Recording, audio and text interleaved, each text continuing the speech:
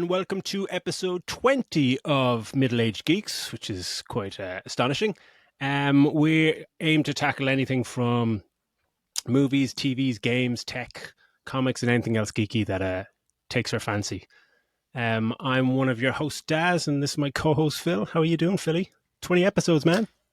Yeah, I'm happy to kind of hit that landmark. You know, it's been good fun. It's been nice to kind of mix it up with like the little series we did of the 1999 ones, doing some shitty movies, doing some great Yeah. movies, getting reminded of some really old retro and tech and games and stuff as well, and getting feedback and other people saying shit. Yeah, I remember that too. You know, it's just Yeah, it's yeah.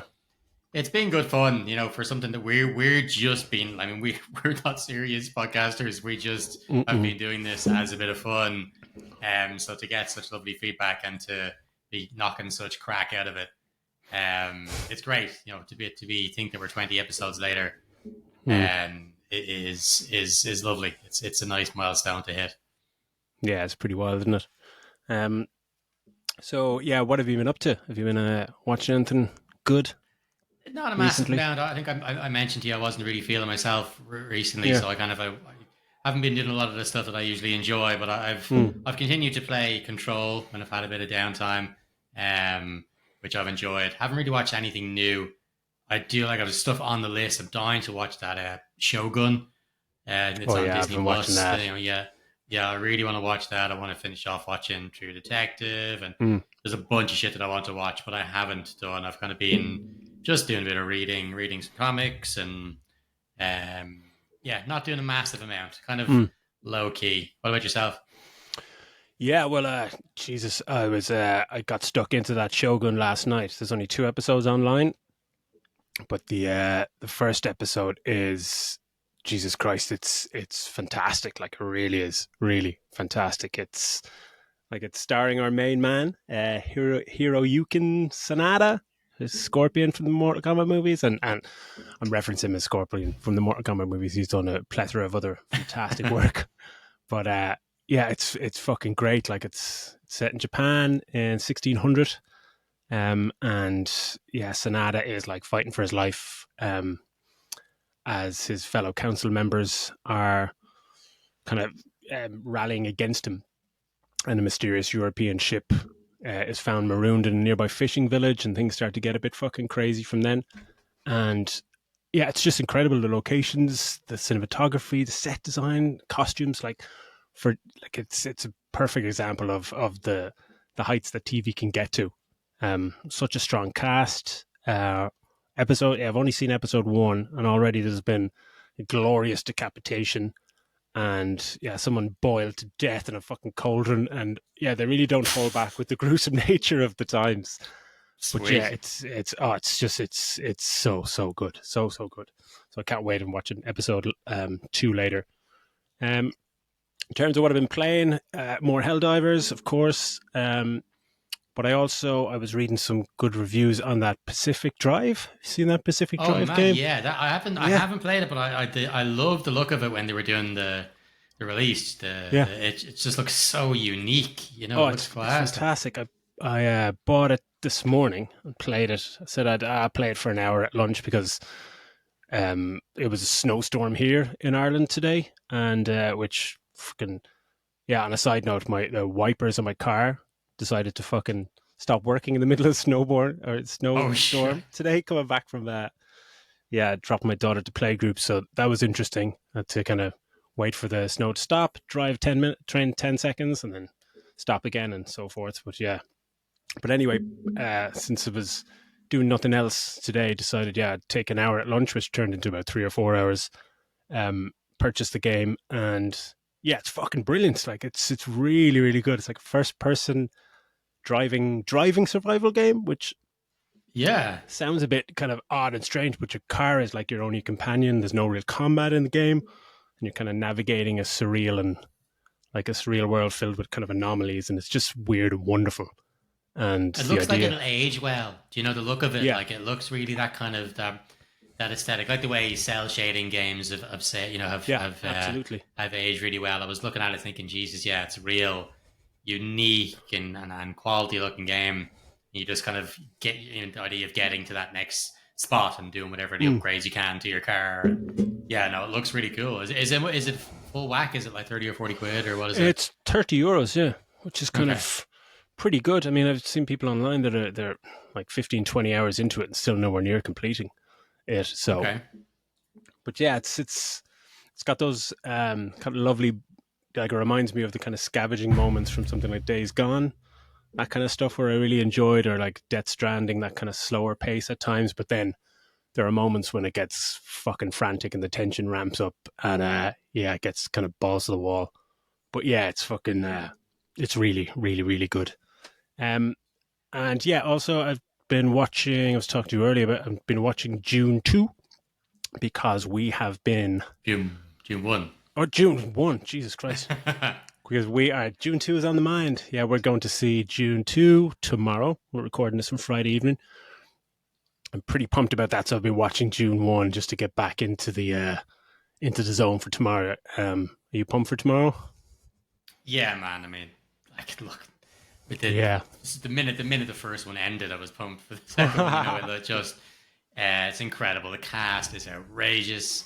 Um, it's just it's excellent. Don't like that they're making all the bad guys bald. I mean, I really don't really take that personally, but whatever. Like, no, it looks really really good. Mm, It's one of these ones that the episode like reviewing, chatting about it could be like 4 hours long, kind of thing. We should love the first one so much. yeah. I think Denis Villeneuve is really the only one that could make it. Mm, Well, one or two other directors out there. yeah, But yeah.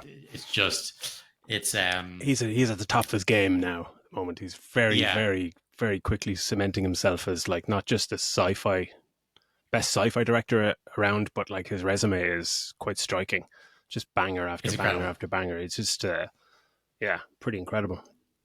But yeah, June 2, the I think it's at 94% on Rotten Tomatoes at the moment. Like 276 reviews, pretty good. The 16 people I haven't that don't like it, and I love when a movie is up in the 90s, and after you go and see it, I love just reading the people that didn't like it, and just to see how like how the fuck can you possibly not like something that's getting 94, 95%.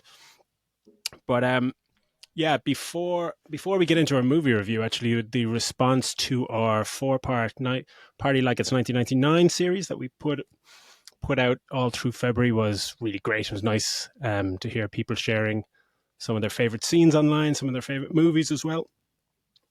And of course, after a magnificent four films, we're going to come crashing down to earth this week, crashing down with the reality check of all reality checks. And that is Madam Web, a colossal clusterfuck of a movie. And Phil will be taking us through that shit show shortly. But before that, I just want to touch on some other news that, like Superman Legacy, that James Gunn movie, that the name was changed to just Superman, which is pretty iconic, which is great. That's due out next summer. But there were reports online saying it was going to be 364 million.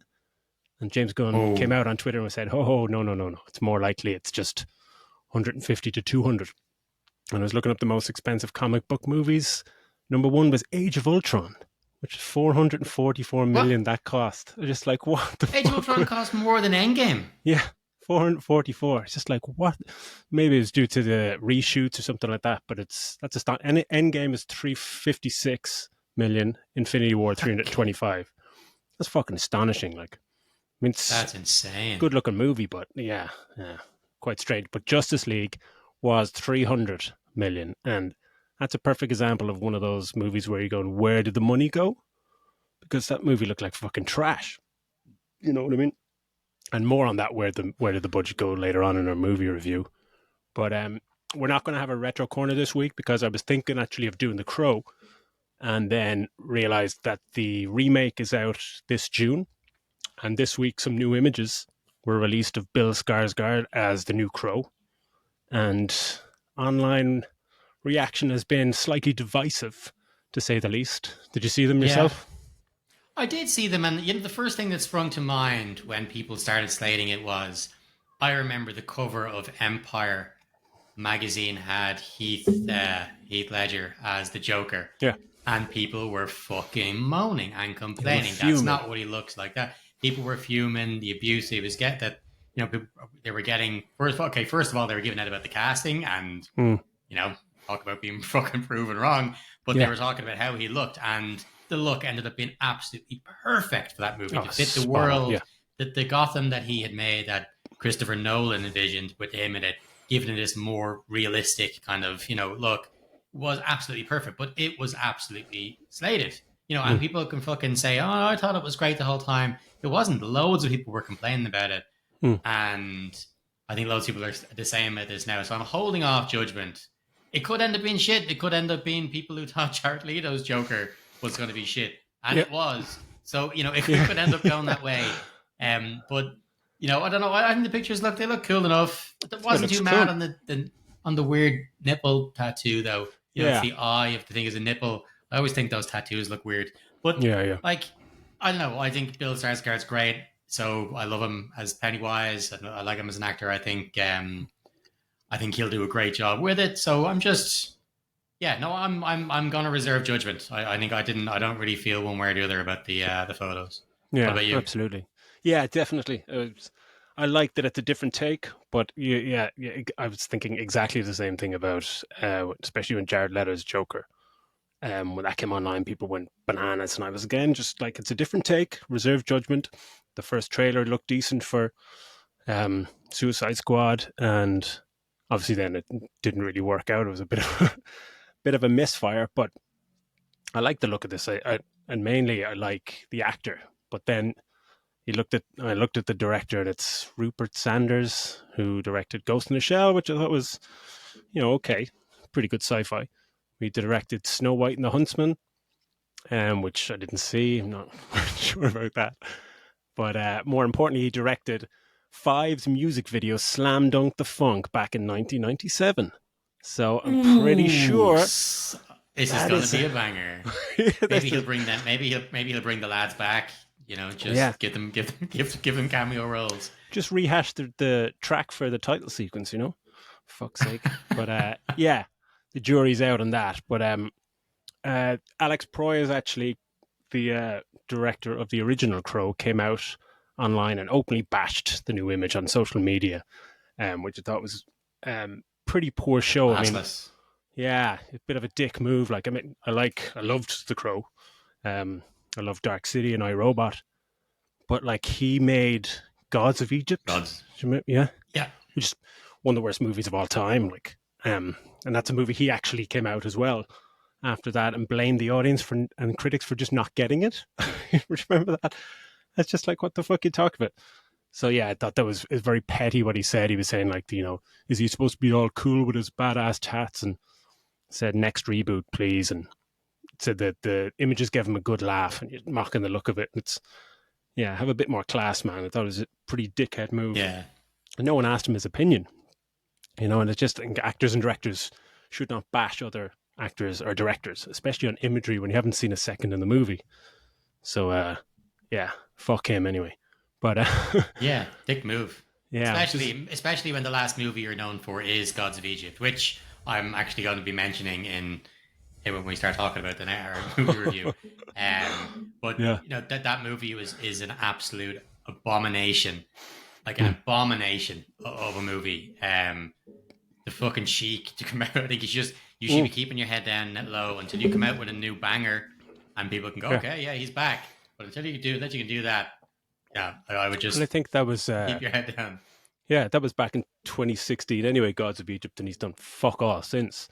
So Yeah, obviously he, I don't think he's a very nice person to be around or work with. But which is a shame because I loved the original Crow.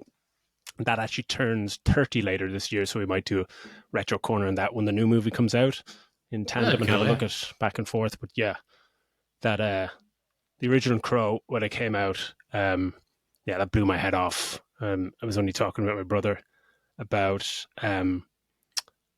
when it came out that we used to rent the VHS tapes, and we had two VHS players. Shows our age back in the day.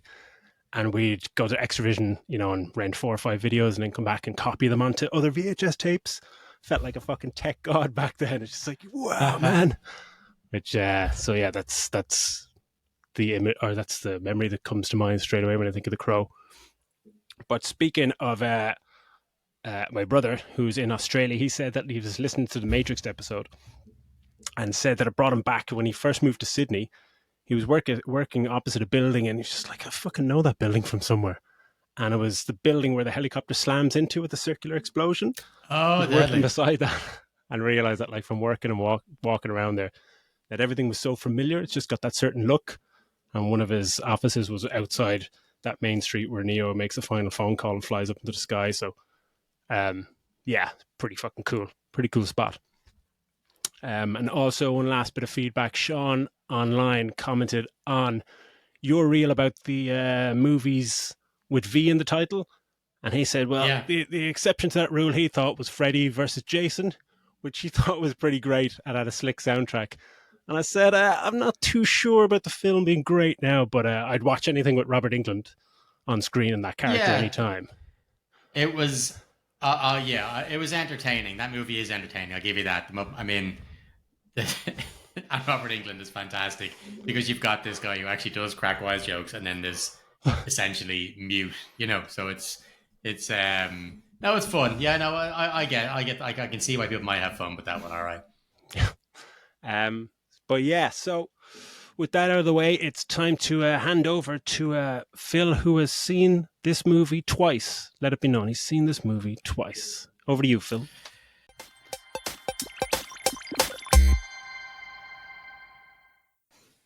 Cheers, Daz. Yes, I am the only person on planet Earth who has seen this movie twice, including the people who made it.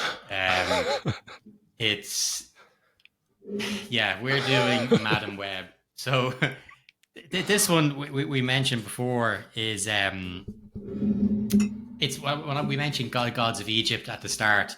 The writers of Gods of Egypt were actually the writers of this. They also wrote Morbius, Last Witch Hunter, Power Rangers, and Dracula Untold, Last Witch Hunter. Like you're talking about guys who just have an absolutely piss poor resume. Sony have been knocking out this kind of Spider-Verse kind of stuff that they have the rights for, and they just keep fucking flopping. They're just terrible movies. And why they would pick these writers if that's your resume? Like you've seen how these movies have done. Why the fuck would you think that it was a good idea to put these in charge of this? And the idea was that they wanted to make a franchise. They wanted this to be these, Spider Women, fucking what's her face, Madam Web, and the Spider Women like spin-offs and franchise out of it. But like, how the fuck would you put these guys in charge of it? It just boggles the mind. They forgot to put them in the movie in the first place. Yeah, it's just it makes no fucking. The only good thing is that they didn't use Jessica Drew, Spider Woman. Like, so she's kind of that maybe the one that a lot of people would know. So hopefully maybe we'll get to see a decent Spider Woman movie in the future. But like, it was just yeah. And the other thing about having these like taking the punt on these like terrible writers, going, okay, well maybe this time they'll knock something out of the way. Is that why take that risk when you've got an unproven director? Like if you've if you've got someone who's like really competent writers, go, okay, directors may be a bit green, but the writers will know, the writers will have a good solid script that won't be too far he or she will be able to go wrong with it. But as you said, most of her stuff was mostly television, not really done feature-length films. Like, so why take a massive risk and a budget of like 80 million they gave them for this, which is scandalous. The character, yeah, and it's a character that not a lot of people know. Like, not a lot of people know Morbius either. If you're not familiar with comics, not a lot of people know Madam Web. So to risk 80 million on this is just I just find the whole thing fucking mind-boggling. It's like they wanted it to fail. It's almost like it's harder to make a film this shit than it is to just kind of accidentally make a 2-star movie. Like it's like people have gone out of their way to kind of, let's get those shit writers. Let's get somebody who's never directed anything ever. Let's get a load of actors that seemingly have never fucking read a script before or performed anything in their life ever before. It's like, oh, I read this part. Oh, hello. Fucking hell! It's just, yeah, it's Yeah, staggering that I don't know that's what the happening thinking behind the was. scenes. Yeah, I don't know what the thinking was behind it. Like, and actually, just before we get, I know we haven't even started into the movie yet. Mm, The girl who's, oh shit, her name fucking escapes me. Isabella Merced. She plays the kind of Latina mm, Spider Girl. Um, she's come out and blamed the fact that the movie's done so shit on like toxic men, that men purposely don't go and see these movies because it's about women yeah. superheroes. And she said it's the reason, she reckons it's the reason the Marvels and Birds of Prey did badly was because toxic dudes don't go and see women superheroes. And it's Mm. just, it But read couldn't be all the wider of reviews the from mark. women and men.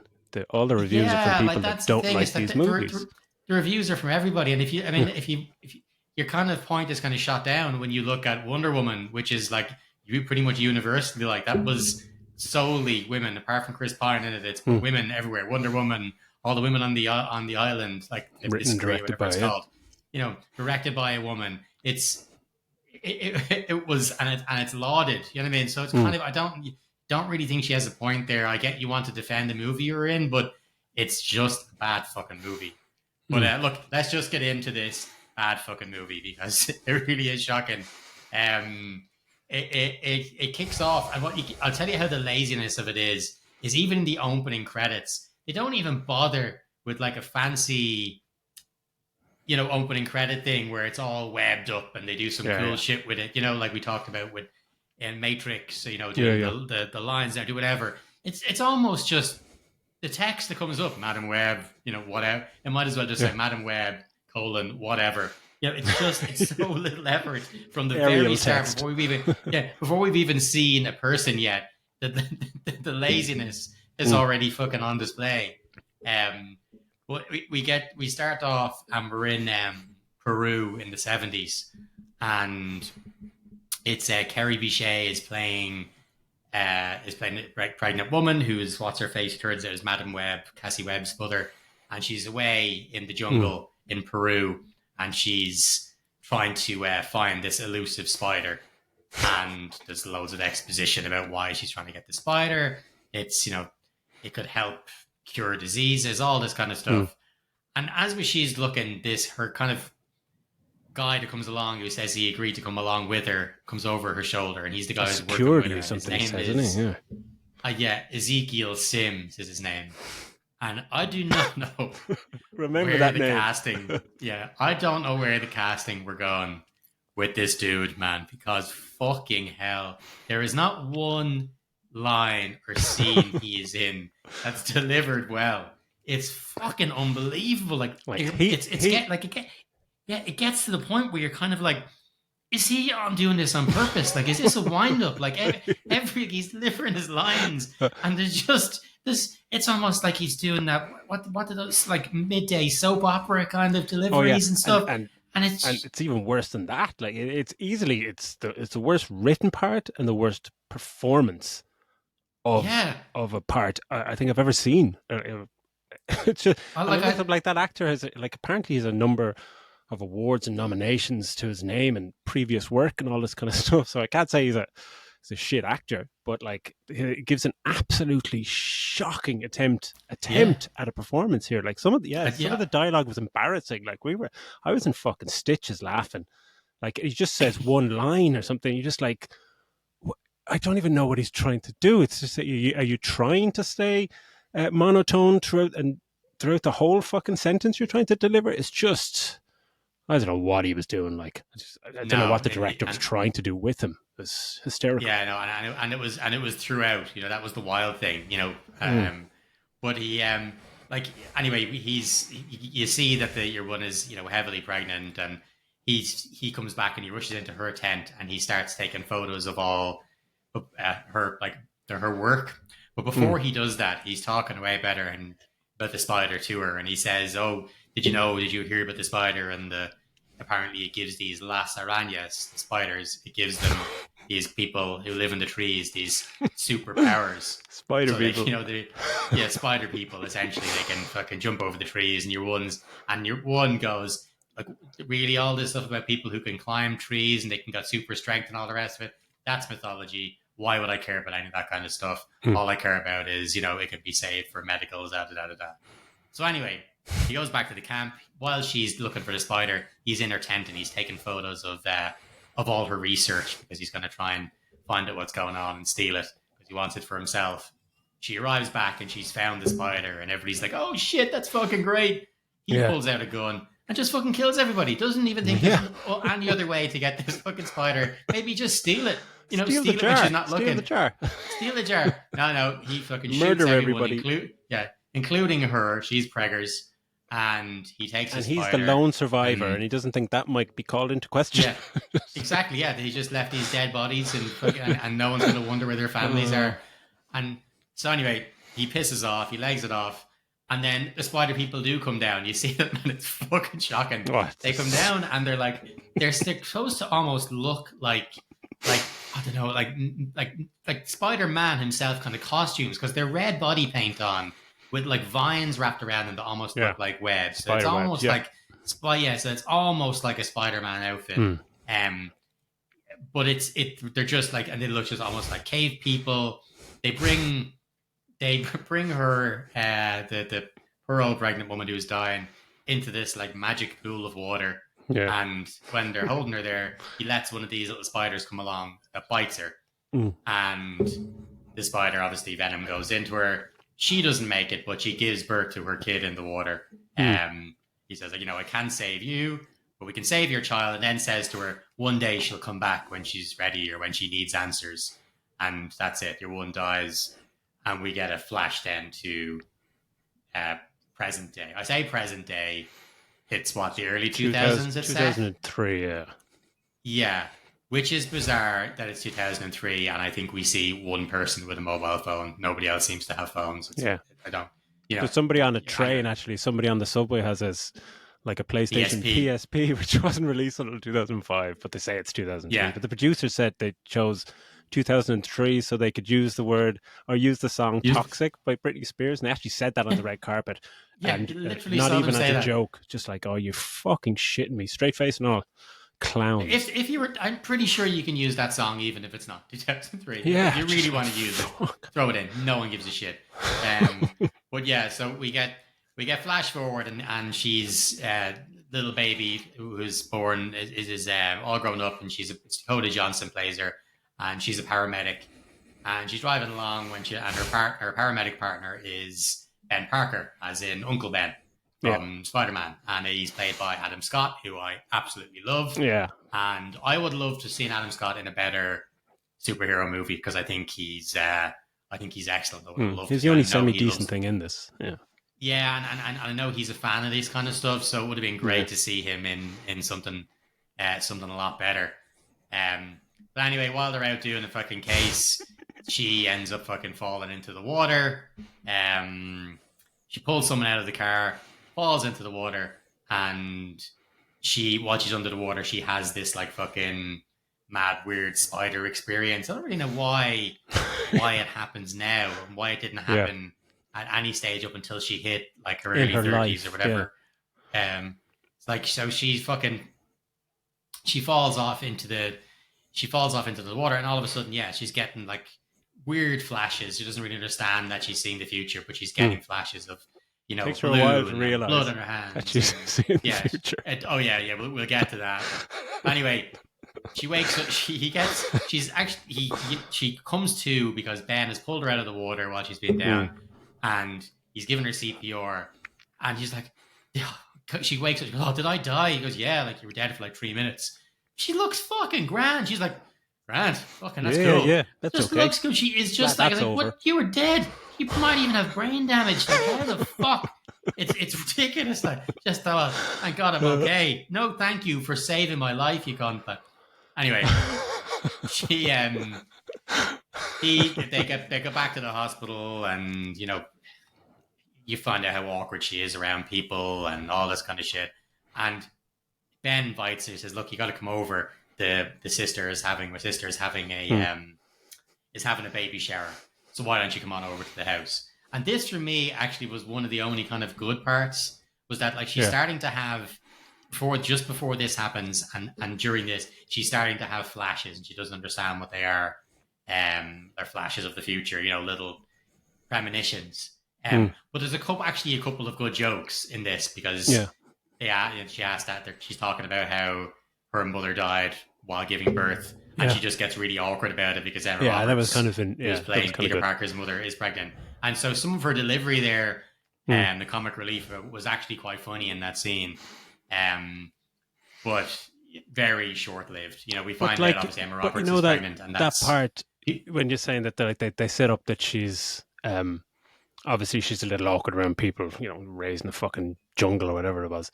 But they never say how she actually got to America and became a paramedic. She said she was raised like in an orphanage. They said she was an orphanage. Yeah, just with spider people just foster family, but did the spider people just drop her off at the U.S. Embassy and just like, what the fuck? Yeah, how did they get there? Like, what? There's no explanation there at all. But like, but one of my flashes that she's having. But one of my favorite bits, my favorite bits, when she's in that hospital and the person that she saves, she's there, and the person that she saves, daughter comes out or something, or she's handed like a picture that the daughter of the person she saved wants to give to her, and she looks at Ben, she's just like, what do I do with this? And he's like, well, just put it in your pocket and whatever. And it's just like kind of going, what the fuck? Have you never spoken to anyone in your life? Do you know what it's like to be a person in the world? Like, what the fuck? It's the most heavy-handed. Oh, I'm awkward, socially awkward. Like, it's just I could not stop laughing at that. Like, what the fuck are you doing? Like she's in her 30s and she has to deal with people every day. She's all, it's okay, sir. Like when she's at their accident scene, it's okay, sir. You're gonna be fine. She's doing all this stuff. Part of her job is to calm people, is to have a bedside manner, is to keep people from doesn't know what to do with a picture from a kid. And yet she's like, I don't know what to do with this picture. And then even when the thing walks away, and she's like, oh, it's cardboard. I don't even know. Should I bend it? It's just, what the fuck is wrong with you? Yeah, it's fucking but anyway. Anyway, at the baby shower, she's having a couple of weird flashbacks there, which make everybody look at her weird because she's like, didn't this already happen? And Emma Roberts, who's up the duff, is obviously Peter Parker, Spider-Man's mom, who's pregnant with him. Why can't they say his name though? There's this whole thing about they don't say his name. There's a couple of times they do it. Yeah, someone I don't know. Said someone said online that it's something to do with like rights wise they can't. But they have Spider-Man movies with Peter Parker. Sony do those themselves. I just don't know why they.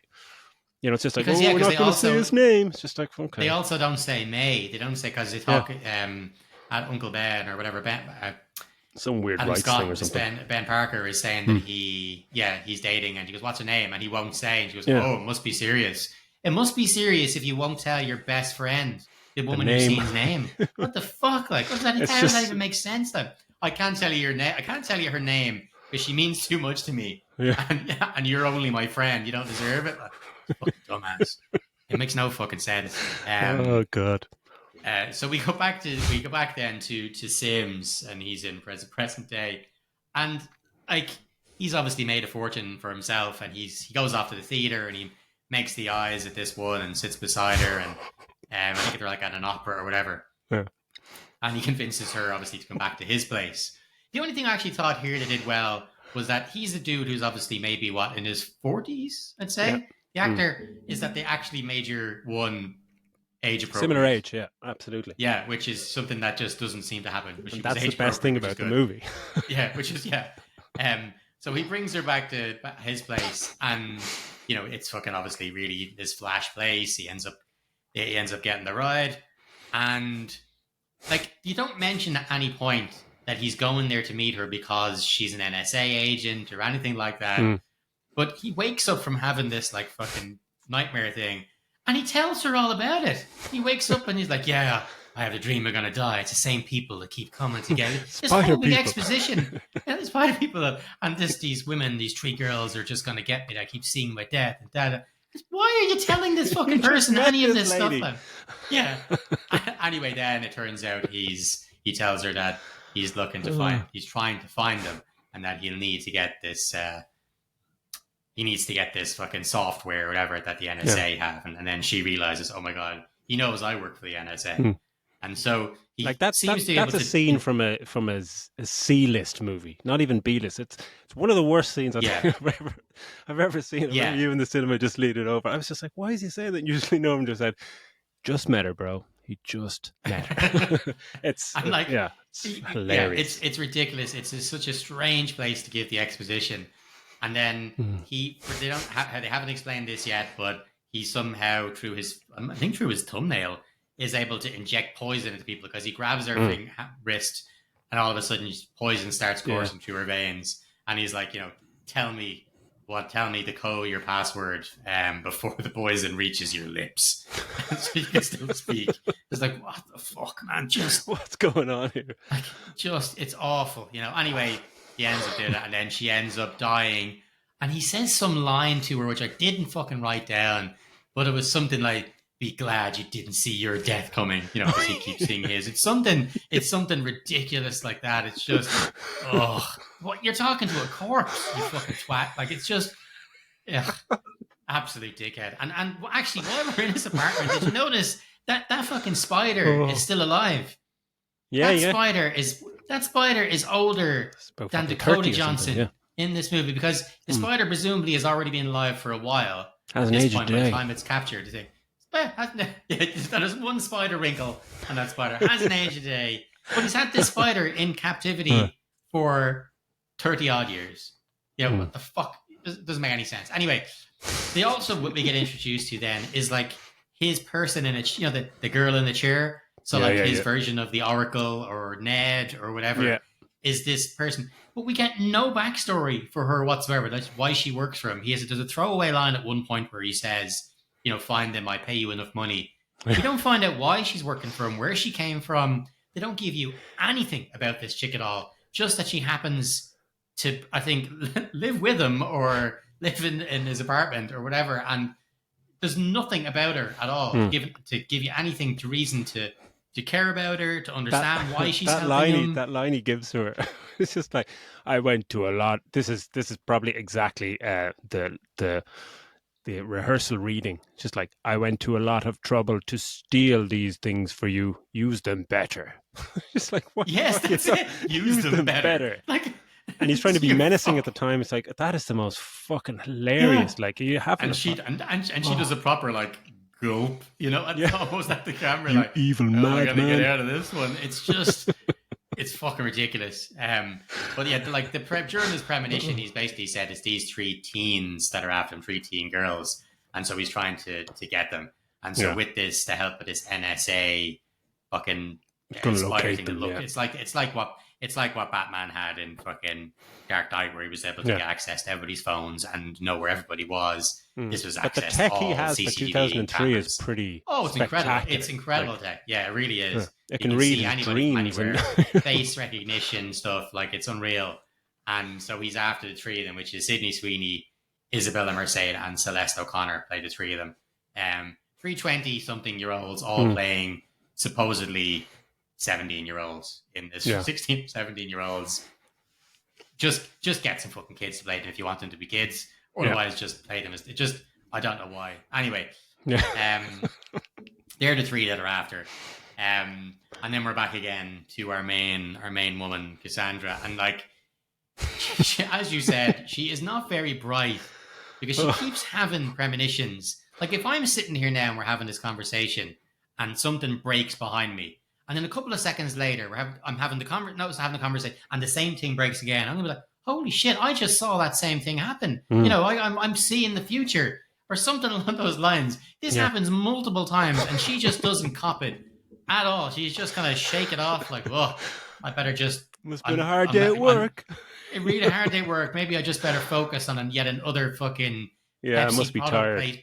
Product placement. I'm too busy doing product placement to notice that fucking I'm having premonitions. That scene with her in the Pepsi can, by the way, the Pepsi is they must have put in half or 40 million of the fucking budget, the amount of product placement. But there's multiple scenes where she has one of those old cans, with the kind of ring pulls, and all you can see when you're looking at the screen, you're just looking at the Pepsi can because it's the old fucking style can or whatever, and she's passing it around from hand to hand. She never fucking She opens the doesn't thing. open it at any She's just point. like, Like, open the fucking can. I in didn't hear fact, she anything even she says, said. Yeah. she even says what she even says. Like, I was thinking maybe I could have a beer. You know, I almost died. Yeah. I can have a beer instead. It's like, well, that's really not much of a really not much of an advertisement for For Pepsi. Pepsi, yeah. You You're want a just like, Pepsi? Have a beer no, no, instead. no. I'll put this down Um, instead. Anyway. um, so anyway, doesn't fucking drink the thing. But and they keep doing this fucking thing where they're trying to go. Doesn't the cracked glass look a bit like spider web? Because Oh, there's yeah, cracked yeah. glass everywhere, and they do this shot where the camera's looking through the cracked glass at her. They do it multiple times, like way too many times throughout Yeah, the look movie. what So we're we framing get her in the it. middle of this cracked Yeah, glass. Oh, we it's a get it. spider Cracked web. glass, spider web. We got it the first fucking time you do it. Stop fucking doing it. It's still lame, It's yeah. Yeah. yeah. It's just that someone thought this is going to be a really fucking cool shot. Knock it off. But yeah, so she ends up getting on. She's on the. I think we get this. I think it's the subway scene next, isn't it? As they get on, The she subway gets on the subway. has the pigeon thing happened? The Oh, pigeon. maybe no, maybe Yeah, not. that's Oh yeah, you know, actually, this. I'm gonna let you do the pigeon one because this. I heard that you might have had the biggest laugh in the cinema. At this Oh, when doing Jesus this. Christ! Like she's in her apartment, and as Phil said, she's had multiple premonitions happen already, and she's still not fucking copping on. And then she's in her apartment. Then she hears a noise at the window, bang, and she looks down, and like a pigeon has smacked into the window. And she opens the window and she picks it up, and she's like, "Oh Jesus, you know, dead pigeon." And then she kind of flashes back or whatever. And she looks over at the window and she's all curious and like, whoa, what is happening? Woo. And she just opens the window and then a pigeon flies in and she's still like, she's trying to convey with her eyes this amazing thing. She doesn't have the acting pedigree in any way, shape, or form to pull any of this off. So she just has to deliver the zinger of a line. She looks down and she just sees the pigeon. She goes, guess you didn't die after all. Just so all of us in the audience are up to speed with the fucking amazing screenplay at work here. Guess you didn't die after all. I've never laughed as loud or as hard in cinema, like the Dumb and Dumber style laughing here. It's just like, I spat out some popcorn. It's just like, it's just shocking. Like they're playing this for all the 4-year-olds in the audience. Like, fuck me. Yeah, it's fucking Brilliant. shocking. It Brilliant really setup, is. Like, you know. Yeah, and each time she has one of her things, there's a dumbass exposition thing for most stuff she has to do, but that one was absolutely fantastic. But I think the subway scene is next. She's getting the train. Oh yeah, and things it start just to so get happens interesting. things start to because they're all linked by a web. Her and these 3 girls, they all happen to be in the train station at the same time.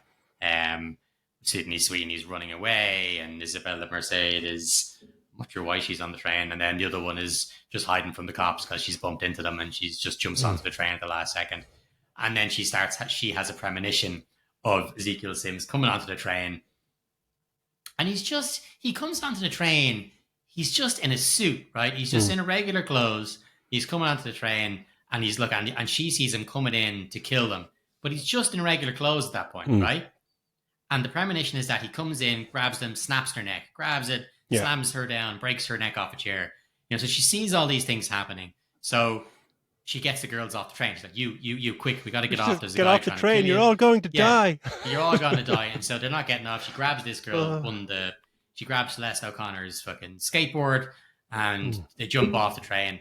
And she's like, what the hell do you think you're doing? Give me my thing back. Da, da, da. She's like, what are you doing? What do you mean someone's trying to kill us? And they look on the train, and they can see him, Ezekiel Sims, running through the train, looking out. And all 4 of them are looking at him as he's looking out, running through the train so he can try and get off. So then they turn around and she goes, that's what they're after. And he has gotten off the train and changed into his mad Spider-Man outfit. Yeah. Like, why are you hiding? A bunch of people, had she not done a premonition thing, a bunch of people on that train, witnesses galore, would have seen you snapping the neck of 3 teenagers, would have seen you kill them left, right, and center. What's the point in running off and jumping in and getting into your magic suit now? It fucking makes 0 sense. But that train escape sequence is pathetic. It's pathetic. It's like, as an action set piece, this just goes to show like, where the fuck this budget went and who the fuck is doing their choreography. It's basically them just running off a train and then they see him, and then they run away, and then they go on another train, and then he gets on, and then they just kind of, and by saying run, they kind of just scurry along, and then they go off a train, and like that's the set piece. It's just like, whoa, wow, that's wow, fucking blew my mind Yeah, there, guys. it Fucking was ridiculous. pathetic. Like, It's so bad. and so he ends up, she's hustling them out of there. The cops think that because at this stage, the girls think they're being kidnapped. So as Sydney Sweeney shouts out, this chick's trying to kill it. They're trying to kidnap us. And for some reason, there happens to be a full dozen police officers there who all come and try to arrest him. And while they're in the middle of arresting him, Ezekiel Sims comes down in his Spider-Man outfit and starts beating the shit out of the cops. And so they manage to escape and steal a taxi and drives them to the middle of fucking nowhere. Like, this has happened, I think, Manhattan, at like This has happened at Grand Central Station. Isn't that what that is? Yeah. That station. So whatever the underground part of that station. But so I don't know how close they are, but they've driven out to the middle of what is the forest. It's the forest. You know, how did she get the taxi into the forest? So far in that no one is going to find them. Unbelievable. And she goes, right, listen, I need to leave you here because weird shit's been happening all day. I can see, she realizes now, I can see the future. And, you know, we're all linked. They all realize they know her from different places. One of them lives in the building with her. One of them gave her the finger while she was driving along the taxi. One of them is the daughter of the guy that she saved, or the woman she saved, whatever. And so she goes, I have to leg it off. I'm going to leave you here. In the I'll forest be back alone. in a couple of hours. So there's these three teenagers are left alone in a forest with just sitting around a fire, and they've no food, no water. And she goes back to her gaff. Just to read her mum's diary. She goes home to read her mum's diary. Goes, I have to go home and read it because she goes, I remember that name. I think maybe she knows Ezekiel Sims or she's seen him in a photo. She goes, I'm leaving you here. So she goes back to the house to pull out her notes, right? And when she goes back, she pulls out this notebook. And as she's flicking through, she starts reading it out fucking loud. Oh, yeah. And she's like, her mum has all these notes on the Lasarania spider people. She's like, and she gives, once they get her another exposition, she's like, they say they've got super speed, they can do it, and they can climb on the walls. And she goes, like ceiling guy. That's what she's calling your man. The guy who just attacked him, Ezekiel Sims, because at one point he's crawling on the ceiling. She goes, like ceiling guy. Just look at the camera while you're saying it, why don't you? Like, it's fucking so stupid. Like, and even at that, if her mom was at the very start, one of her first lines was, I don't believe in any of this nonsense. It's all mythology. Why the fuck would her ma have shitloads of notes about these fucking these village jungle people she thinks don't exist? She thinks don't exist. Why the fuck would she have tons of notes about them and what they can Ceiling do? guy. Ceiling guy. Anyway, yeah, there's a photo then, of course, of her ma and Ezekiel Sims. We get a cut back then to the girls. The girls are in the forest. They're pissed off they've been left there. And they say... They do the totally rational thing. Yeah, totally rational thing, being pissed off. 100% I get that. One of them goes, you know what? I actually know when we were driving down, there was a diner half a mile back down the road. Why don't we go down there? I've got my daddy's credit card. We'll go and fucking blow a load of money and eat a lot of food. It'll be great. And so that's where they go. The three of them head off and leave. And the scene in the diner is just fucking bonkersly stupid. Like, so they go in, they're stuffing their face, they're ordering everything on the menu. And Sydney Sweeney is making eyes at these guys in the corner. And these, like, they're both look like, well, high school kind of football guys wearing those Letterman jackets and stuff, you know, and they're all sitting around. They decide to go over and chat to them. And then Dakota Johnson has this premonition of Ezekiel Sims coming in the spider gear, fucking killing all the girls and beating the shit. So she knows when she gets to the forest and they're not there, she's like, oh, I know they're at that diner because I can hear the fucking song Poison playing by Britney Spears. I know where they are. We go back to the diner and the girls are up on the fucking table in the diner. So these are three teenage girls and they're all dancing on top of a table full of lads who are basically trying to lay low. On. Yep. Right. This is supposed to be laying low and they're up. Why wouldn't anybody in the diner have stopped this? Is this like general, like during the day restaurant kind of behavior? This is Sydney Sweeney as well. Yeah. Sydney Sweeney, who's been played as the kind of sheepish. She's been playing as coy, this bookish. Kind of bookish girl who doesn't realize she's beautiful and she's really shy and whatever. She's obviously not going to have a new bombshell. You're like, Like, at least try some makeup or something to conceal the fact that she's like, oh, I'm so shy. And then she's dancing on a table 10 seconds later. Yeah, She's like, all what the three of them have fuck given it is going socks. on here? So anyway, Ezekiel Sims does rock into the fucking place, and what's her face? She arrives in. Sorry, first of all, Cassie arrives in because she knows where they are, and then Ezekiel Sims comes in, kills them all, including Cassie, by stabbing her, and then she gets a fucking fast backwards fucking flashback and goes, "Okay, let's try this again." And this time, when Ezekiel Sims comes in, instead of arriving, she drives a cab straight through the place, runs him over in the car, and fucking gets the girls and goes, "Right, girls, into the taxi. We're getting the fuck out of here." And they go back to the motel, right? Oh, God, yeah. Oh, and the One of the motel best stuff scenes again. I've ever seen in my life. Just, The CPR thing is just ridiculous. So she like, starts why is talking this about- happening? Like, Yeah. Yeah. So at one point out of journalist, but just before they manage to escape in the car, Ezekiel Sims has grabbed her by the wrist and she's gotten some of his poison, fingernail, fucking whatever, and thumbnail poison into her, and she pulls it away in time. And then she explains to the girls, "Oh, it's a neurotoxin, and if it gets in, it could stop your heart. But don't worry, you can counteract that by using CPR, which I'm going to show you in a training CPR, sequence for a 3 minutes. known, a known neurotoxin cure, CPR. CPR. So she gets a pillow, and rather than just using a pillow, they put a hoodie on the pillow so we all know at home that It's what a they're doing is person that CPR on a they- person and not CPR on an actual pillow. So they put this hoodie on the pillow and they start doing it, and it's just this obviously foreshadowing thing. So it's you do it like this. I wonder if and then this when will you're come tired- back up later. Yeah, exactly. When you're doing it, 1, 2, then you take over, and each one of them. Great job. We're all bonding now. We're goes on all for about bonding 3 and minutes, becoming like- friends. It's awkward. It's fucking terrible. So while the three of them are there, she goes off then in the motel. She leaves the girls again, right? And she goes off and has this fucking telepathic. She goes back and has to the motel, isn't it? fuck, Is yeah, it I not forgot to the about that. diner?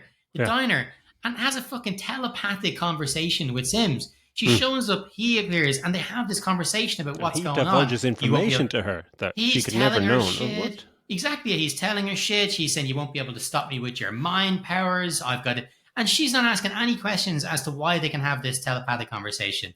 Nobody's explained it. Nobody explains it at any point. Why Never she's comes able to up have again, this chat.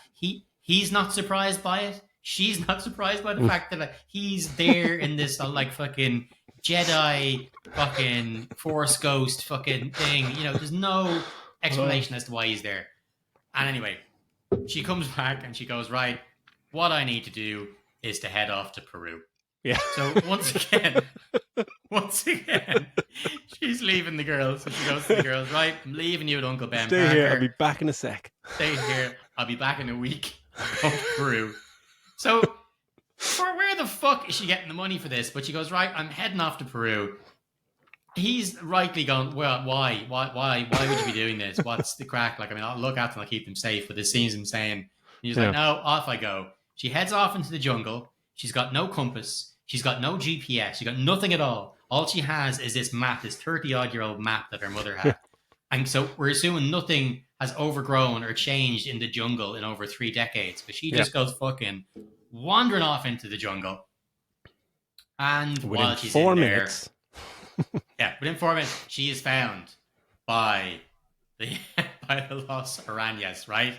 Now, she's found by the main Los Arañas. No more of the rest of them.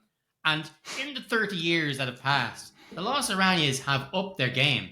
Because at the start, they're these like fucking cavemen, like fucking, never being touched by civilization kind of people who are pretty much naked, covered in red paint. Apart from it.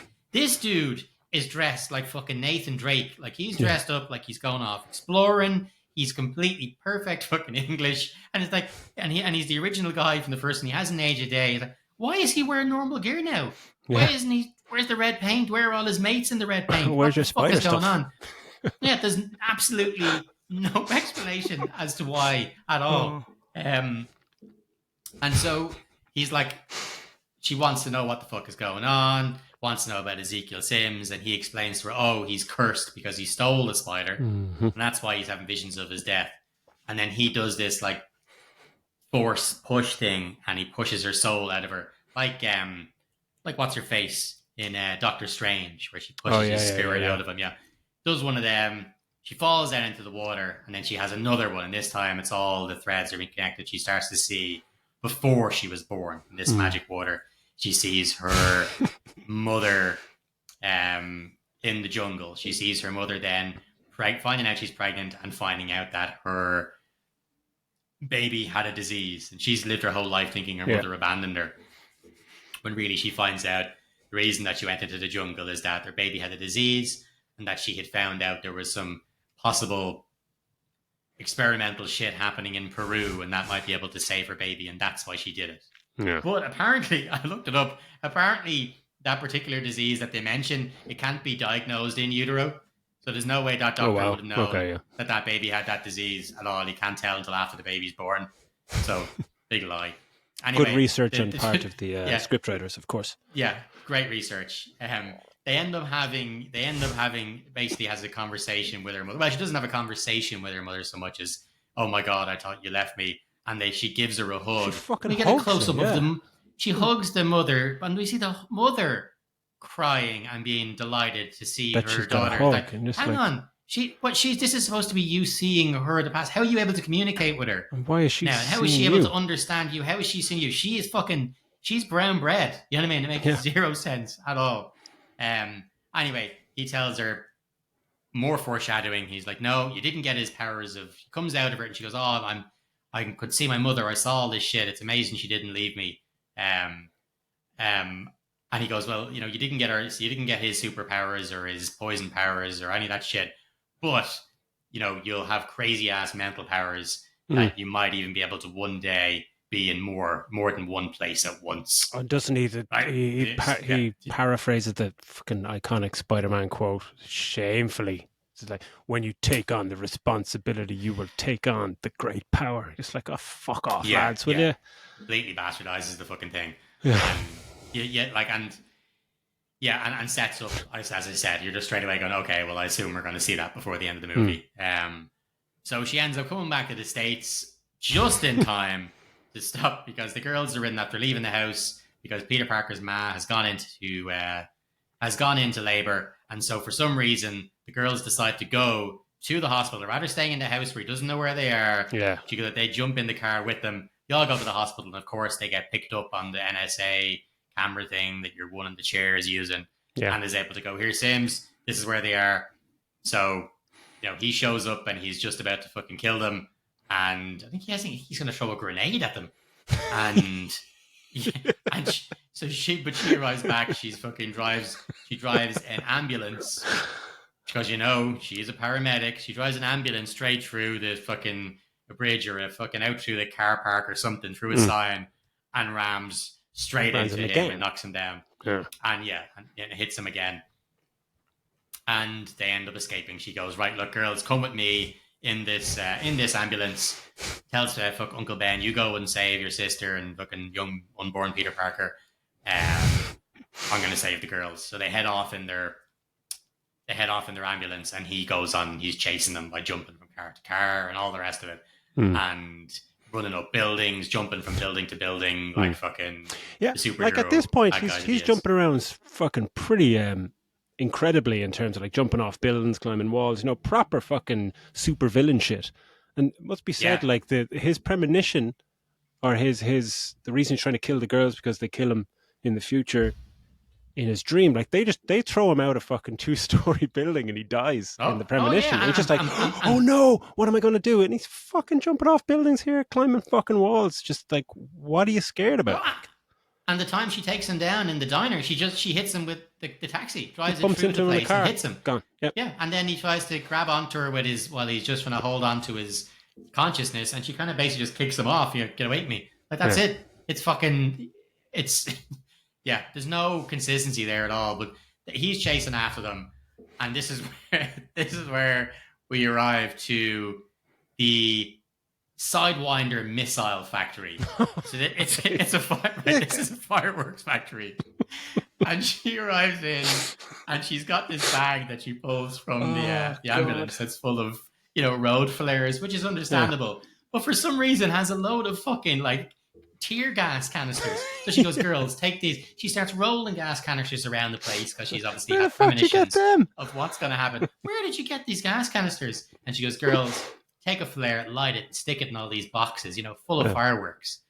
So the fireworks start going off, man. And oh my God, these things are full on hellfire missiles. Like they're fucking, one of them hits him and he fucking goes flying, like he's being hit by a rocket, flying across. He goes there, "Girls, get down," tells them to get down. A firework hits the wall and fucking blows a big hole in the brick wall because they're like, how are we going to get through here? And a fucking firework blows a hole through the brick wall. What kind of fucking fireworks are they making in this place? They have a fundamental misunderstanding of fireworks generally. Yeah, like What the fuck is going on here? So because they end up climbing up to the roof, and they're on the roof, I assume, of the same building. I'm pretty sure it's the same building they're on the roof of. But the roof has a massive Pepsi sign.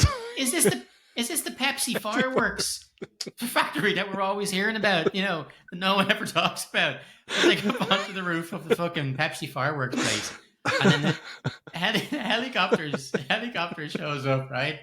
And the firework comes flying at Ezekiel Sims, and he goes and he just flicks it like that, and he knocks it, and it goes fucking flying up, hits the helicopter, and blows up the fucking helicopter. Like, holy shit, what the fuck is in these fireworks? Like, it's crazy. it's fucking mental. Like. And so the whole scene on the fucking roof is terrible. And on this note, this is where they completely sold people on something different in the trailer. Yeah. In the 100%. trailer, you see her holding up this thing like she's after catching this big, huge piece of metal because it makes this big dung, and she catches him while not looking. And and you're like, oh, cool, she's got super strength. This is going to be some bad character. But it's not. What she's doing is she has, because of her premonition, she knows a firework is about to hit. So she lifts up this fucking piece of corrugated metal and it bounces off the firework. So she's able to hold the thing up and stop this firework with her hand despite not having super strength. But it's able to blow a fucking hole in a brick wall. Concrete wall. It's like, it fucking makes no sense at all. And it's so, it must be said, it's like the visuals as well on show here are just piss poor. Like 80 million, 80 quid. Like, fucking hell, it's so appalling. It's shocking. But so as the fight, she's doing her best to time everything. So like, okay, you duck now, you get out of here now, to try and keep the girls safe. But he ends up knocking them all, hitting them all, punching them all, and they're all kind of hanging on by their last grip of a barb at the fall to their deaths off this big building. And this is where he says to her to let us all know, like from earlier on. Look, you can't save them all. You can't be in all places at once. Can you be in 3 places at once? Yeah, it's like, well, obviously she can. The well-dressed man who used to be a fucking well-dressed jungle man, Aborigine style dude, jungle man, has already said that she can. So of course that's what she does. She taps into her magic, being a bunch of place powers, and she separates into these 3 ghosts, and is like, okay, come on. And she actually, if you only kind of helped 2 of them up, one of them she just kind of walks over and goes, "It's okay, you're grand." It's like, no, you're after pulling and saving the other 2. Maybe give her a hand up as well. Don't just say everything's going to be okay. You'll be okay. It's like a 10-story drop. She's gonna die. Like, so anyway, while she's up there having her weird fucking 3 places at once powers, he fucking jumps at her, fucking knocks her over, and we have the kind of standoff between the 2 of them, and so. One of her very, very early scenes is we see a neon light for a gigantic letter S. And sure, at the sign. So it's one of the very first things. So then, of course, he's coming towards her and he's like, "I told you couldn't stop you with your mind powers." And she's like, "What makes you so sure?" And she keeps side-eyeing, keeps looking up at the sign. We're like, "Yeah, we get it. We all know. We saw it ages ago. We know what it fucking is." Like, and the sign, of course, is crumbling because the helicopter is hitting it. And she keeps trying to back up. It's like, we all fucking know. Anyway, the whole thing falls down. What's going to happen, man? And falls down, traps him. He ends up basically getting killed buy a Pepsi sign. Yeah. There's one more big advertisement for Pepsi. Ezekiel Sims falls down and ends up getting killed by that. Oh God. All right, it's so But yeah, she so falls into dumb. the water, right? What? Oh yeah, How, but her yeah. falling into the she falls into the water as well. And here's what it's even more stupid. These fucking fireworks again, man, are still going off. So this thing has been going on for about 10 minutes. These fireworks are flying around. She falls in the water. A firework has gone up, changed trajectory, flown down, gone straight under the through water. down under the water, through the water and fucking exploded in her face while she's under the water, right? So she goes and she cringes, she curls up after getting hit in the water, and she's sinking down under the water. And Sydney Sweeney bails into the water and gets her, brings her up, and they've got her up. And of course, this is where, girls, do you remember the CPR that they were talking about for the neurotoxin? This also works for drowning. Let's all take turns doing the CPR that we very heavily told you was going to happen earlier on. So they all start doing their fucking CPR on her. Of course, she comes back to life. And she wakes up in the hospital. And for some reason, after everything that's happened, now she is the most serene person in the world. She has woken up blind. She's in a hospital bed. She's got these things over her eyes. And now we really see she's accepted that she can see everything. She's in a wheelchair for some reason as well. Yeah. She can't walk anymore. But before we get to that, yeah, she says while she's sitting in the bed, but she gives a line about against the responsibilities of things. She says, "Don't worry, what's her face Emma Roberts has had her kid, and Ben is delighted. Uncle Ben, he's all the fun but none of the responsibility." And she has a throwaway line of, "That's what he thinks," which I thought was kind of funny. That's a good line. Obviously, it's a thing. Good line. Which isn't like one good line out of like 3,000 lines, not bad. And then, so they get, so then she's super calm about the whole thing. But when we cut to now they're all living together, right? She cut to her, she's living in this apartment, and she's looking out of this big kind of loft style window. It's like big fucking thing. It's almost shaped like a giant eye web thing. She's looking out, she's dressed up in her finery. And she's in this like super high-tech looking wheelchair. Yeah. At no point have they explained why she's paralyzed. Like when it hit her in the face, she had the reaction of curling up and Like, so there was nothing. It didn't just hit her and she was already limber. So it's like that there's no mention at all of why she's paralyzed. But apparently, and I know she's paralyzed in the comics, they don't explain in the movie that she's paralyzed now. So she's she's in her wheelchair, and then she has a few little moments when the girls arrive in. They seem to all be living together now. They don't explain how they got the gaff they're living in, who owns the apartment, why they all live together. Is she their carer now? What the fuck is going on? They're all living together, and she starts saying to your one, God bless you. And she's like, what? And then she sneezes, things like that. This real smarmy arse fucking look on her face. And then she has kind of a line where she's like, she talks about what's going to happen in the future, how they'll go on to be superheroes together. And then it cuts to them all basically in their spider gear, and their spider outfits. And there's the three of them, and her outfit is fucking terrible. It looks like they painted, those goggles that fucking Doc Brown wears in Back to the Future 2, the silver ones. They basically just painted those red and stuck them on her. And gave her save money on that 80 million budget. It's not even leather. It's like she's got vinyl gloves on. You see the little spider crawling over her. These big, thick vinyl fucking gloves she has on. Fucking stupid. And it's ridiculous. And basically, that's it. That's kind of the last scene of the movie. It's, I think I barely even gave you a chance to jump in on so much of that, Daz, because I just so looking at my notes and kind of going, Jesus, each part was more and more ridiculous and stupid than the last. Like, it's how your one could blame this on toxic males and not everybody who made this fucking movie shite. Why didn't you just say it was the people who gave me this shit fucking script? Yeah, that's why it was crap. It cost 80 million to make. It's just astonishing. It's on track to make 100. So it's made 80 so far. They think it'll make 100. Maybe. That's astonishing. But worldwide, you know what I mean? Which is worldwide, not even making it the US. But you think of Yeah. like studio involvement when you see movies like this, but it just kind of strikes you that there probably wasn't enough studio involvement. That like they just let the writers run fucking rampant and let a first time director, because it's even like normally you'd see something like this and the director would come out and go, oh, it was taken out of my control, like Josh Trank and Fantastic Four.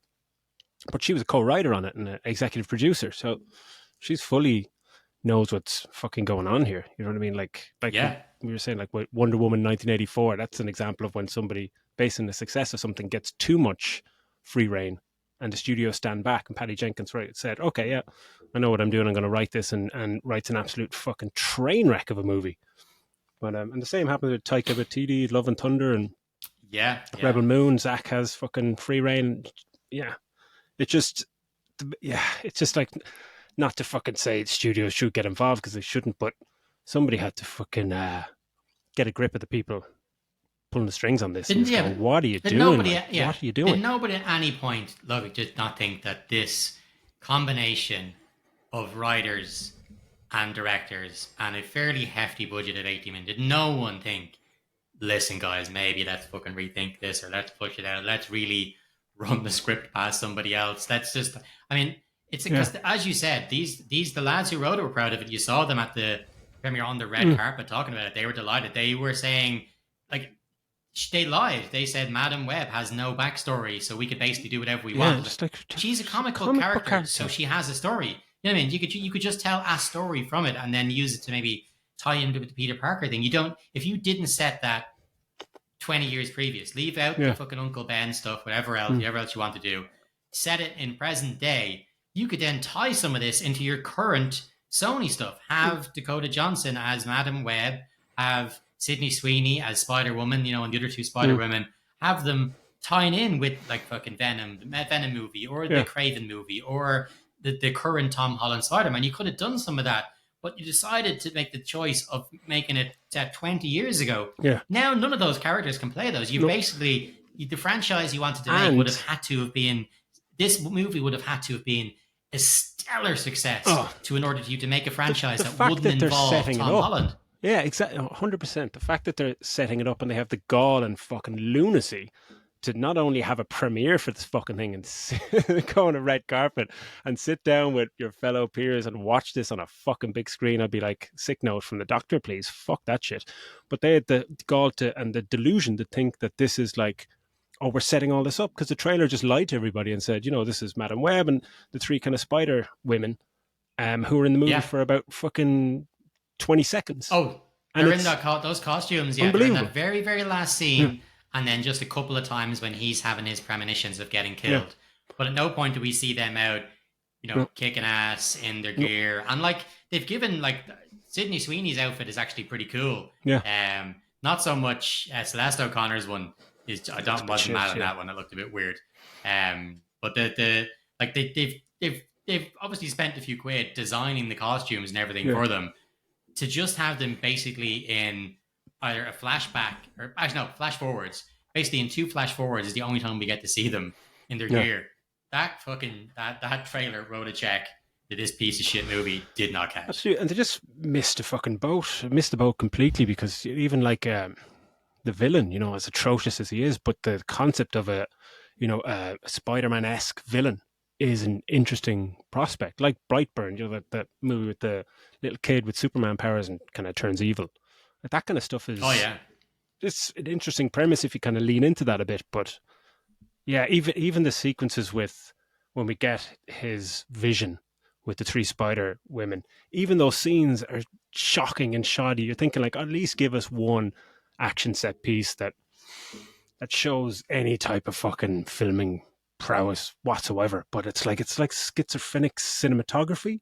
All her premonitions Yeah. and stuff. It's just, I keep saying like 90s fucking MTV editing, and it's just felt like the cinematographer was having a fucking seizure.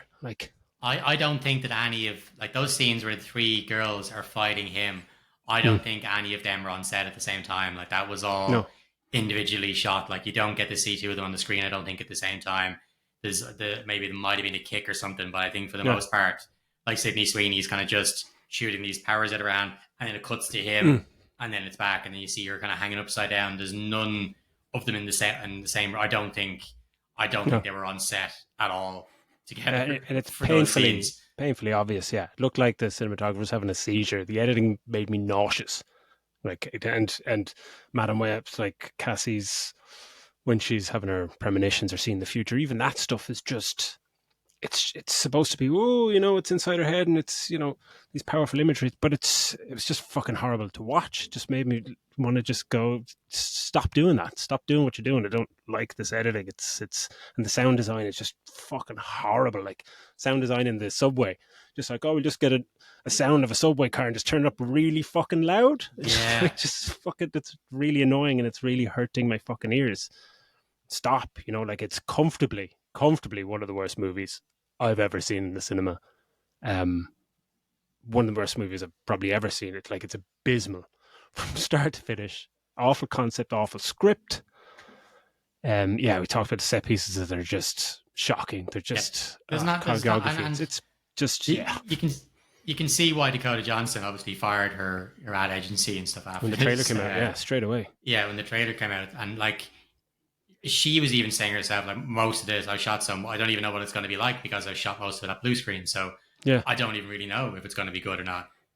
She knew nothing about superheroes. She couldn't even name the Spider-Man movies. yeah, Like I don't mind her as an actress. I don't know. I don't really, I yeah. haven't seen her in a massive amount of stuff, but she's grand. But I don't think she was given anything to work with here. Anyway, you know what I mean? Like No. her lines, fair enough, are fucking stupid, but you don't give her much to work with. Adam Scott was probably the best thing about it, Mm. and he was only in it for a small amount of time. Yeah, they have one Um, scene where they're kind of chemistry and it's probably about 40 seconds where they're just chatting in the break room and in the hospital or something. And it's when, like, you can see they're having a bit of crack. And you're like, that's, yeah, one little scene from a completely different fucking movie. Like we've reviewed yeah, some terrible fucking movies on this podcast, but at least they had, it's something going from There's some saving grace, whether it was an action set pieces or trying to do something interesting, even with Rebel Moon and stuff. Obviously trying to do something. It's not working, but they're trying to do it. But this just had nothing. I remember watching it and just going, it's a nothing movie. It's a setup for something that's not coming, and the setup is awful. The basic premise or fucking lack thereof premise is just embarrassingly poor. And it's a wonder actually that like I don't know what's more shocking if that this movie was actually chosen to be released or that it was actually greenlit in the first place and someone goes, yeah, here's 80 million quid. Go get them, guys. Just like, what the fuck? I like what they've got on offer later on this year. Hmm. From like Sony Marvel, like the Craven Red Band trailer. The proper Yeah. action looking thing is it's an R-rated movie. Looks fucking terrible, even with all that serious action. And you know me, I'm a sucker for fucking over the top action. Yeah. The trailer for that looks terrible, and then the other one is Carnage 3. And if it's anything as bad as, or not, sorry, Venom 3. Venom If 3, it's yeah. anything as bad as Let Them Be Carnage, we're talking they're going to be putting out three Hmm. absolute bombs this year. I don't see They either of won't those make any money movies back. doing.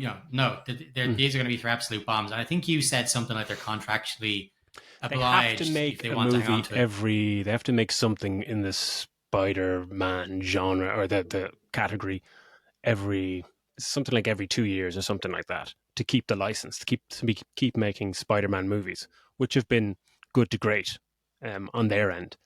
And but just to keep that license, you can't release something like this. It's just Yeah, like we're going to waste money to keep a license for those Spider-Man movies that do make a lot of money. But now, as you're saying, with the lineup coming out later on this year, is it worth is this worth the studio losing fucking hundreds of millions in marketing and budgets on these movies? 3 movies this year that don't look great, just to keep the Spider-Man license to release a movie every 3 to 4 years. Like, yeah, I don't know about that.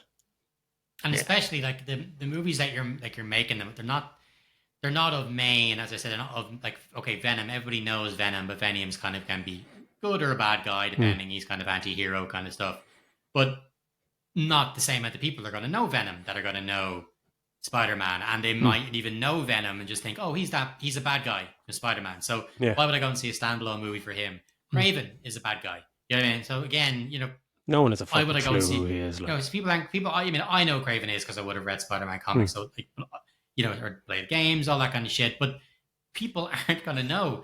So you're, and the same with Madam Web. People aren't going to know who these characters are. You're putting 80 million into what you're trying to make a franchise out of. There's nothing to get people involved in the first place. Why would people want to go and see a shitload of Madam Web stuff based on this? This movie is what this is the effort you've put in of what you wanted to make a franchise, like a Madam Web franchise with these Spider Women and Dakota Johnson as Madam Web.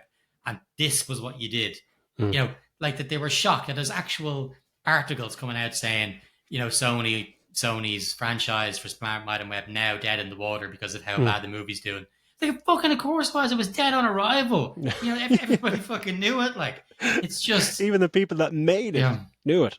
Like, I remember a couple of months ago when we were doing this show, and I said I was looking forward to checking it out because yeah, I I didn't remember. Yeah. realize who was writing it. I just said, okay, I know the director S.J. Campbell had directed some episodes of some TV shows that I liked, and I thought, okay, maybe this could be good. Give it a chance. Just like, give it a chance. And then the minute I fucking saw the writers that were attached and saw their back catalogue, oh fuck, here we go.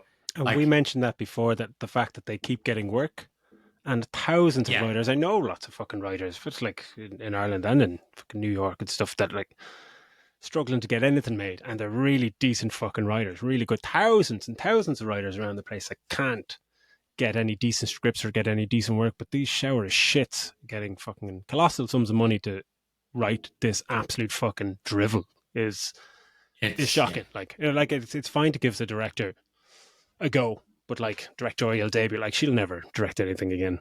Like, this is colossal failure on her part. But you can go back to directing TV. It's like she does some good TV work, but no doubt these writers will keep on getting work, and the producers will be onto the next red carpet, like going, yeah, fucking Yeah. clowns, the lot of them, clowns, a lot of them. Well, look, it's Yeah, over, and yeah, I have seen that movie two more times than anybody else should ever see it. This is. I'm sure I can speak on behalf of Daz when I say this is a big. Do not go and see this movie. no. This is a Oh, big we should thumbs say down. spoiler warning. We didn't even bother with a spoiler warning because, as we said Because you at the shouldn't end see of it. last week's episode, you shouldn't see it, and you shouldn't. It's not even worth your time to throw on if it hits fucking Amazon Prime or Disney or whatever the fuck, wherever it ends up. Don't bother wasting your time with it. It's absolute garbage, and it's not even fun garbage. It's just a bad movie that was fun for us to take the piss out of. Yeah. But Torturous I to really watch. wouldn't. Yeah, I really wouldn't. There's some great movies coming out this year, including Dune, which is out now. Go and see that instead. Absolutely. Yeah, well, Have you got anything else, Daz? no, Jesus, I haven't laughed that much now in quite some time. I'm pain in my cheeks. Uh, that was brilliant. Well done for seeing it twice. And Yeah. that was a great run through. That was fucking hilarious. So yeah, we saw that movie, so you don't have to. So on that note, we will finish up this episode. And just a note to, yeah, next week we will be reviewing June 2, I think. We're not going to do an in-depth. We might just do a short kind of overview of it, because we don't want to get into spoilers with a movie that is just coming out, and a movie of this pedigree. And June 2 is, I think, under 200 million when you consider that compared to Madam Web. Yeah, anyway, good to get Madam Web off our slate. So yeah, just keep all the feedback coming. If you have anything, if you've seen Madam Web and you want to tell us how fantastic it is or how atrocious it is, do hit us up on middleagedgeeks@yahoo.com. Anything else from yourself, Phil? No, that's it. No.